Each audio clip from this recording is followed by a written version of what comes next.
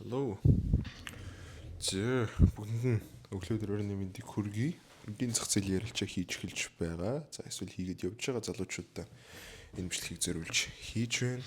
За тэгээд өнөөдрийн бичлэг дээр болвол бүгдээрнийх нь ярилцах сэдв болвол яагаад чи бага арилжиж эхлэх хэрэгтэй вэ? Нэгдүгээрт, хоёрдугаарт яаж бага арилжиж эхлэх вэ гэдэг аргыг та нартай хуваалцъя. За тэгээд багшийн хувьд бол сүүлчийн 4 жилийн хугацаанд хөрөнгөний зах зээл ярилжаа тууштай хийгээд явж байгаа. За тэгээд ансаа 1 сарын хугацаанд 50% өсгөж байсан туршлагатай. За одоо тэгээд бүр мэрэгшээд тийм мэрэгчлээ болгохоор ер нь бол сонгосон. Ийм хүн байна. За тэгэхээр яагаад бага арилжих хэрэгтэй вэ гэхлээр үүний шалтгаан бол урвуу логик гэдэг зүйлтэй холбоотой. Энгийн ажил дээр болвол тийм ээ одоо түлээн нүүрс хаглах байдаг юм уу? Одоо дуучин байдаг юм уу тийм? За эсвэл одоо барилгачинч байдаг юм уу? Энгийн ажил дээр болвол урвуу биш, энгийн логик ажилдаг. Юу гэсэн үг вэ гэхээр чи ажлаа их хийх тусам төдий чиний илүү амжилттай байна. Төдий чиний илүү одоо тий ашигтай байна. Төдий чиний одоо ажил хэрэг чинь бүтэмжтэй байна гэсэн үг.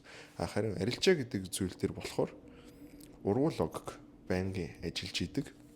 Жишээлх юм бол их ажиллах тусам арилжаан дээр улам амжилтгүй болдог болвол бага ажиллах тусам илүү ашигтай болж илүү амжилттай болдог байх нь. Тэгэхээр энэний шалтгаан нь яагаад тэгж байгаа юм бэ гэхэлэр яагаад гэх юм бол арилжаа хийх болгонд салшгүй байнгын байждаг зүйлсийн нэг бол эрсдэл гэдэг зүйл. Эрсдэл гэдэг зүйл арилжаа хийх болгонд ч нь байж юм тийм ээ. Тэр бол хизээж хаашаач алга болохгүй. Эрсдлийг хэрвээ хүлээн зөвшөөрч амжаагүй байгаа бол эртхэн шиг арилжаанаас гарч явсан дээр тэгээд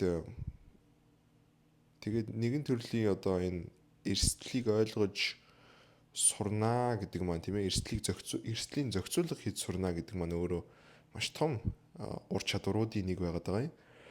Тэгээд ер нь бол баг арилжаа хийх гэдэг маань өөрөө эрсдлийн менежмент хийх гэдгээ л ойлгочих болно. Одоо хийж байгаа арилжаа болгон дээр чинь үргэлж эрсдэл байна гэхээр сонирхолтой байгаас тээ.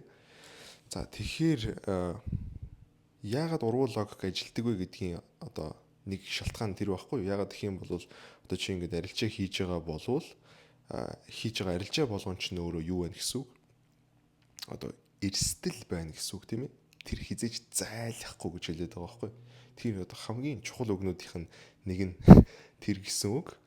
Тэгэхээр тэр эрслийг бид нэр яаж таньж болох вэ гэхээр бид нэр өндөр магадлалтай бүсүүдээрээс арилжиж болж байна нэгдүгээрт. Хоёрдугаарт бид нэр зүгээр бага арилжиж болж байгаа. Эхний алхмыг хийгээд одоо магадлал өндөртэй газар дээрээс л арилжна гэд чи өөртөө хилчгсэн бас байх юм бол тэрийгэ дагаад бас бага арилждаг ийм одоо хоорондоо хоршиж ажилтдаг ийм хоёр арга гэсэн үг байх нэ. За тэгэхээр тийм учраас бид нар бага арилжих хэрэгтэй.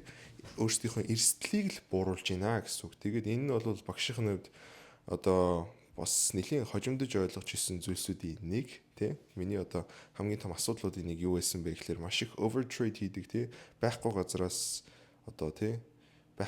арилжаа ухаж гаргаж ирээд арилжаа хийх гээд байдаг тийм хандлагатай байсан. Тэгээд овоо хөрхөн ашигтай ингээл явж байгаа л тэгэл тэрийгэ баллаа ичдэг. Тэрийг дагаад өөртөө итгэх итгэл доошоо буурна тийм ээ. Ашиг доошоо буурна. Тэг хамаг моментум байхгүй болдог ч гэдэг юм.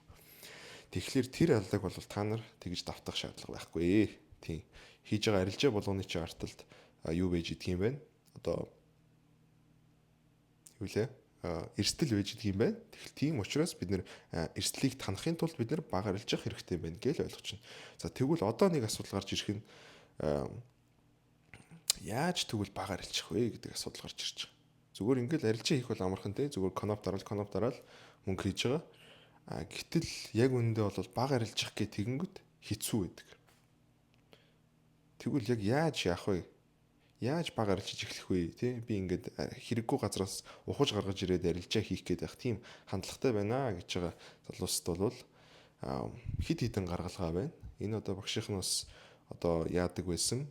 Одоо нэг чаддаггүй байсан зүйлсүүдийн нэг одоо миний тийм би яг яаж эхэлсэн бэ гэхээр бага арилжиж эхэлсэн бэ гэхээр нэгдүгээр стандартад дэше өргөсөн. Өөрөөр хэлэх юм бол би зөвхөн өндөр магадлалтай бүсүүд дээрээс арилжнаа гэсэн тийм одоо хараа хандлагатай болсон гэсэн үг. Тэгээд хэрэв бага магадлалтай бүсүүд тийм ээ одоо жишээлбэл 1 минутын support resistance дээр хүрээд ирсэн байх юм бол тэрэнд чи найдаж орох уугүй юу? Нэг цагийн support resistance магадлал өндөртэй байх уу? 1 минутын support resistance магадлал өндөртэй байх уу гэдгийг л бодоод үзчихнэ гэсэн үг. Тэгээд мэдээж эрсдэл багтайг сонгоно. Нэг цаг дээр support resistance дээр явж явах юм бол бид нэр тэндээс илүү одоо тийм нэг цагийнхаа трендийг дагаад явж явах юм бол бид нэр тэндээс юу аавна гэсэн үг байхгүй юу? Одоо арилж байгаа хийн гэсэн үг. Тэгэхээр тийм байна. За тэгэхээр нэгдүгээр хэдүүлээ стандартаа өргөж болох нэ. За тэгвэл хоёрдугаарт бид нэр юу хийж болох вэ? Хоёрдугаарт бид нэр зүгээр чарта нээвүү гүвүү зүгээр л шийдвэр гаргана гэдэг тийм зорилготойгоор чарта шууд нээж болж байна. Бүр шууд анханасаа тий. За өнөөдөр шууд арилжаа байх юм уу гүм үү гэдгийг шууд хараад шийдэх чинь штэ. Тэгээд байхгүй юм байна гэдгийг харчих юм бол тэрийг одоо тий арилжаан дээр удаан суугаад хүлээгээд тэндээс одоо байхгүй газар дээрээс арилжаа гаргаж ирэх гээд байх шаардлага ерөөсөө байхгүй. Ингэж засч болдог байх нэ guys, окей. За тэгээд ингээд одоо тийм стандартаа дээшлүүлээд бага арилжаа хийгээд тийм ээ зөвхөн өндөр магадлалтай бүсүүд дээрээс арилжаагаа хийгээд эхлэнгүүт чамд гарч ирэх ялгаач нь юу байх вэ гэхлээр юу байна гэсэн үг одоо илүү тайван арилжиж эхэлнэ. Илүү стандарт өндөртэй хүн гэдэг чинь би нэг хийх үгүй юу гэж өөрөө тий бодож байгаа, шинжиж байгаа тэгээд гоё арилжна гэсэн үг шүү дээ. Тий өндөр магадлалтай бүс төр хэрвээ хүрээд ирцэн байх юм бол за би энийг одоо яах уугүй юу тий. За арилжаа сонирхож болох юм гэд яана гэсэн үг.